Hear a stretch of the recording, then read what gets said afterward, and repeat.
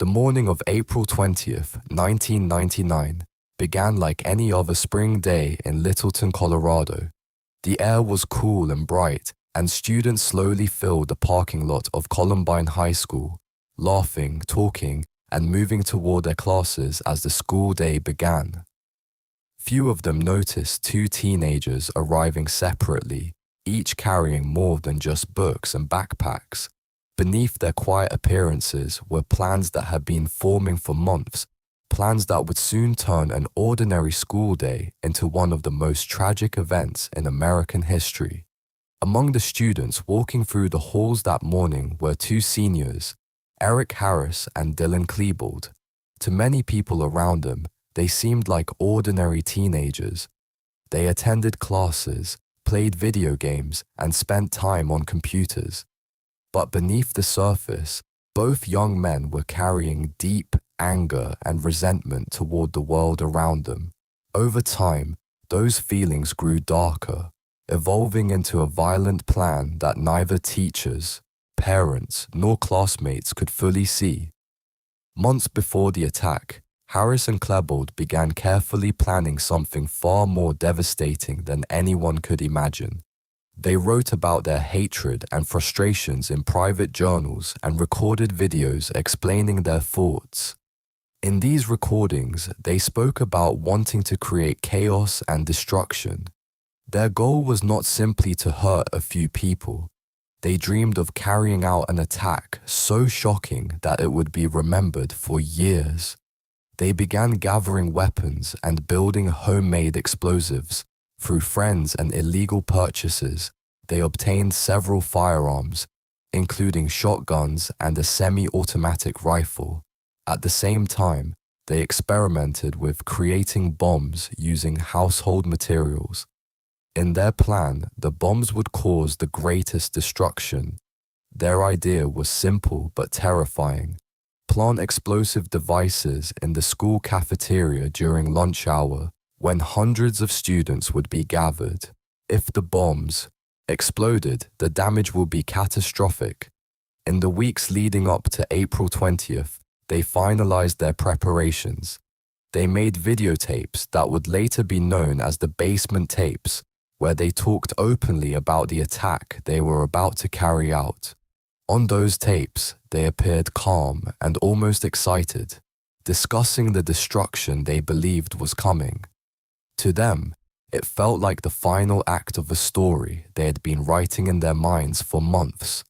On the morning of the attack, both arrived at Columbine High School separately. They carried duffel bags filled with weapons and bombs. Hidden inside those bags were propane tank explosives designed to detonate in the cafeteria. If everything had gone according to their plan, the explosion would have killed hundreds of students in seconds. Shortly before lunch, Harris and Klebold entered the school and placed the large propane bombs inside the cafeteria. After setting the timers, they walked back outside and returned to their cars, where they waited for the explosions. Their expectation was that the bombs would detonate and send students running out of the building in panic. As people fled the chaos, the attackers planned to stand outside and shoot anyone escaping. But the bombs never exploded. For reasons that investigators later studied for years, the explosive devices failed to detonate. Instead of the massive blast they expected, nothing happened. Minutes passed, and the school continued its normal routine. Students chatted and laughed in the cafeteria, completely unaware of how close they had come to disaster. Faced with the failure of their plan, Harris and Klebold made a decision that would change everything. Rather than abandoning the attack, they chose to begin shooting. At approximately 11:19 a.m.,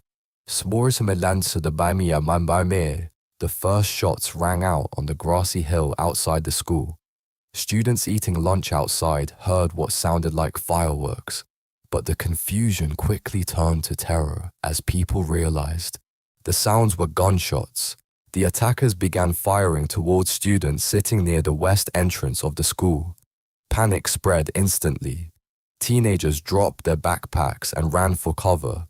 Some hid behind cars in the parking lot, while others sprinted toward the building, hoping to escape the gunfire.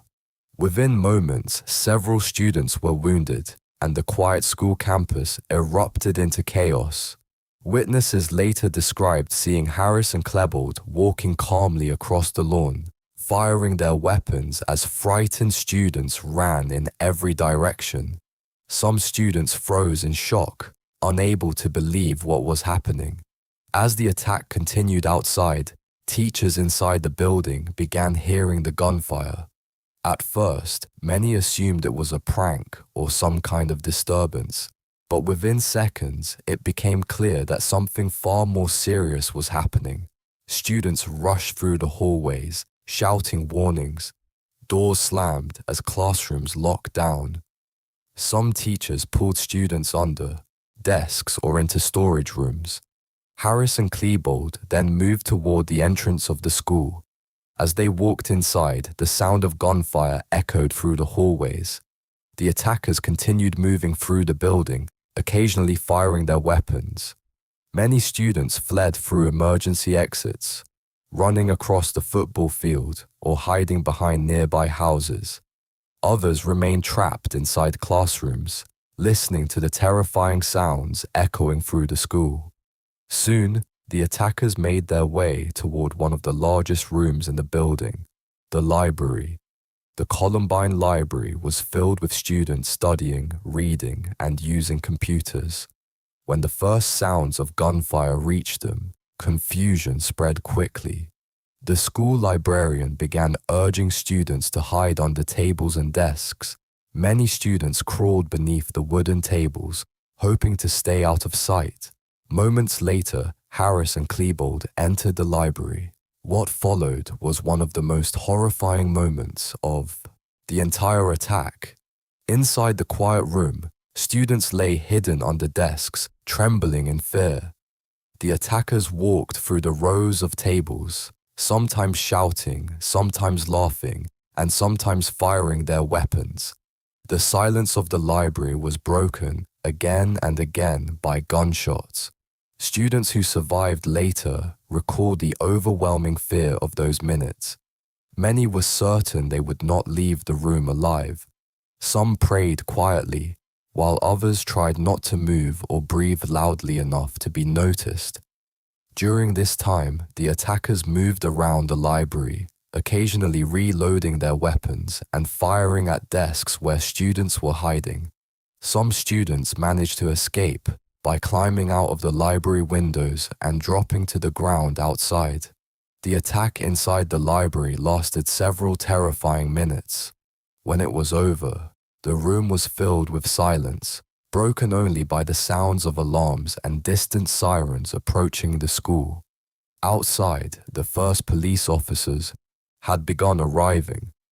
Emergency calls had flooded local dispatch centers as terrified students and teachers reported an active shooter inside the school.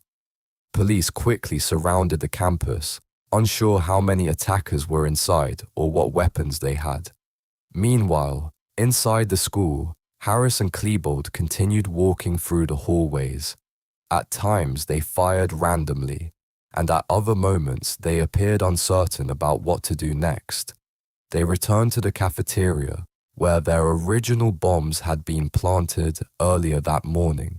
On security cameras, investigators later saw them attempting to trigger the explosives manually by throwing small bombs toward the propane tanks. Again, the bombs failed to detonate. The catastrophic explosion they had imagined never came. By now, nearly an hour had passed since the attack began. Police and emergency teams were gathering outside, preparing to enter the building. Inside, the attackers moved back toward the library, the same room, where much of the violence had occurred earlier. The library was nearly silent now. Students who had survived remained hidden under desks, too frightened to move. At approximately 12:08 p.m., Harris and Klebold sat down near the center of the library. Moments later, the gunfire stopped. When police eventually entered the school, they discovered that both attackers had taken their own lives. The attack had lasted less than 1 hour, but the damage it left behind would be felt for decades. By the time the violence ended, 13 innocent people had lost their lives, 12 students and 1 teacher. Many others were seriously wounded, both physically and emotionally.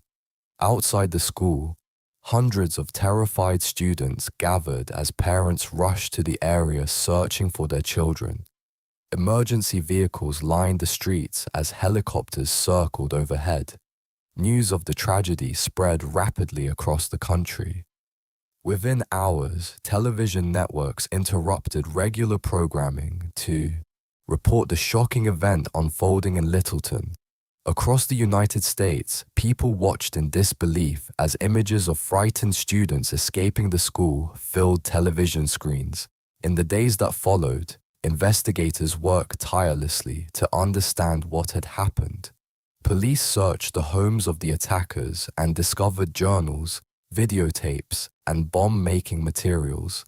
They learned that the attack had been planned for months and that the shooters had hoped to cause an explosion far greater than the shooting itself. If the bombs in the cafeteria had detonated as intended, investigators later estimated that hundreds of students might have died. The realization of how close the school had come to an even greater disaster shocked the nation. Funerals for the victims took place throughout the following weeks. Thousands of people attended memorial services to honor the lives that had been lost. Outside Columbine High School, a growing memorial appeared. Flowers, candles, photographs, and handwritten messages covered the sidewalks and fences. Strangers traveled from across the country to pay their respects. The tragedy sparked a national conversation about school safety, bullying, mental health, and gun control. Communities across the country began rethinking how schools should protect students from violence. Security measures increased in many schools. Emergency drills became more common, and law enforcement agencies developed new strategies for responding to active shooter situations. But beyond the policy changes and investigations, the emotional impact of the tragedy remained the deepest wound. For the families of the victims, life would never be the same. For the students who survived, the memories of that day would remain forever. Years later, many survivors would describe how the sounds, images, and fear of April 20th stayed with them long after they left the school halls behind. The story of Columbine became more than just a tragedy. It became a symbol of how fragile safety can be and how quickly ordinary life can turn into unimaginable horror. Today, a memorial park stands near the school, honoring the 13 lives lost that day. Visitors walk quietly through the stone pathways, reading the names etched into the memorial walls. Each name represents a life cut short, a future that never had the chance to unfold. The quiet park serves as a reminder of the day when a peaceful school morning turned into one of the darkest chapters in American history. And even decades later, the events of that spring morning continue to echo across the world, reminding people everywhere of the importance of compassion, awareness, and the responsibility to protect the lives of the young.